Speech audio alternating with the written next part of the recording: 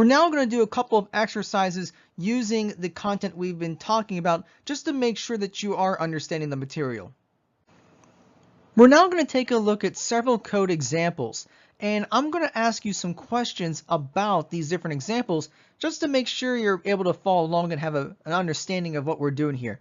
For each question, I recommend that you pause the video and then resume when you think you know the answer.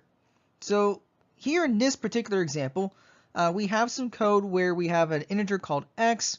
We're checking to see if it's greater than 0. If so, we're going to add 3 to it, and then we're going to display that result. So here's my first question. What's wrong with this code? My claim here is there is an error with it. So I want you to see if you can find the error. The problem here is we're actually missing the word then. So remember, with an if statement in Visual Basic, we would say if our condition and then the word then. If you're used to programming in other languages, you wouldn't use the word then. You would just have parentheses after the if and then the condition inside of there. But remember, with Visual Basic, we do need the word then. Now, my next question with this example is, what is the output? So what does this program display when we go through the code? In this case, we're going to display x equals -2. And this is because since -2 is not greater than 0, our condition is false, so we skip the then portion of our if-then statement. Therefore, x is still -2 when we display the contents of our message box. Here is another example. In this case, we're going to use an if-then-else statement. So if x is greater than 0, we're going to take x, add 3 to it, and if x is not greater than 0, then we're going to take x and multiply it by 3. So my first question is, what's the error? So once again, there's something wrong with this current code, and I want you to see if you can figure out what the problem is. In this case, we're missing the end if portion of our if-then-else statement. So remember, in Visual Basic, for both if-then statements and if-then-else statements, we have to end it with the end if. This is another thing that we're not really used to if you're used to programming in other languages like in C++, C, or Java. But in Visual Basic, we have to have that end if at the end. Now, my next question is, based on the current code, what would be the output of our program? In this case, we see that -2 is not greater than 0, so we're going to go, so that condition is false, and we're going to go to the else portion of our if-then-else statement. So we take -2, multiply it by 3, that gives us -6. We store that back into x, so therefore our output is going to be x equals -6. Here is a different program where we have a string, we have an integer, and we're doing a comparison, and we're going to display some message. So my question to you in this case is, what is the output of this code? So let's take a look at what's going on here. So we have the string str, which initially says u. We have x, which is initialized to 59. So we need to check, is x greater than or equal to 70? Well, 59 is not greater than or equal to 70, so that's false. So we're going to go to the else portion of our if-then-else statement. And what we're doing is we're going to concatenate the word failed with a space in front of it to our string. Now our string already had the word u in there, so that means our final string is going to be u failed, which sure enough is going to be the output of this code. Here's another example where we have integers x and y up at the top.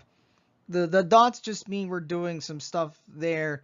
We're not too worried about what's going on there just yet. But we see we have an if-then-else statement where we're doing some comparisons, and depending on what our condition is, or if our conditions are true or false, we're going to assign some value to y, and then we're going to display that value of y. So I'm going to ask you a couple of questions about what the output is going to be depending on what the value of x is. So your task is to determine what would be the output. So the first case is, what would be the output of this if x were 40 by the time we get to the if-then-else statement? In this case, we compare 40 with 30 at first. So since 40 is greater than 30, our first condition is true, Therefore, we're going to go into the then portion of our if-then-else statement and set y to 10. Therefore, our output is going to be y equals 10. All right, let's do another one. Let's say x is 0. What would be the output in that case? Well, let's compare 0 with 30 in our first condition. 0 is not greater than 30, so that's false. So we're going to go to the else if part and check to see if 0 is greater than 10. Well, that's also false. So we're going to go into the else portion and set y to 30. Therefore, our output's going to be y equals 30. All right, let's do another one. Let's say x is 15. So what would be our output if x were 15? In this case, we would check 15 and 30. 15 is not greater than 30, so that's going to be false. So we're going to go to the else if portion and check if 15 is greater than 10. That is true, so we'll go into that then portion. So we're going to set y to 20, so our output is going to be y equals 20. Let's do one more. Let's say x is 10.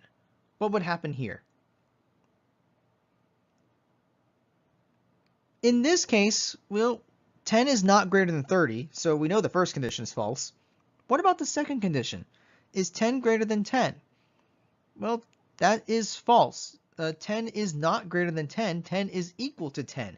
Therefore, we're going to go into the else portion of our statement, set y to 30, and our output is going to be y equals 30. Here's another example.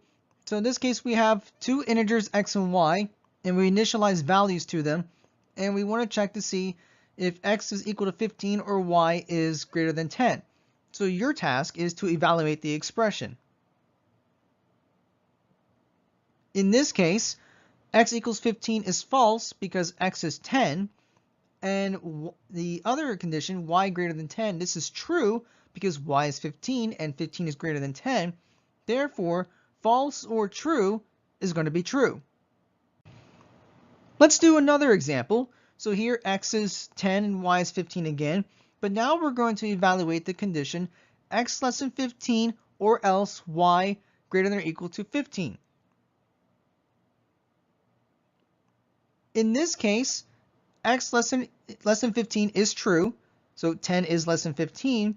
And because we're using the or else operator, we don't need to evaluate the other one. We can just immediately say the whole thing is true since the first condition is already true.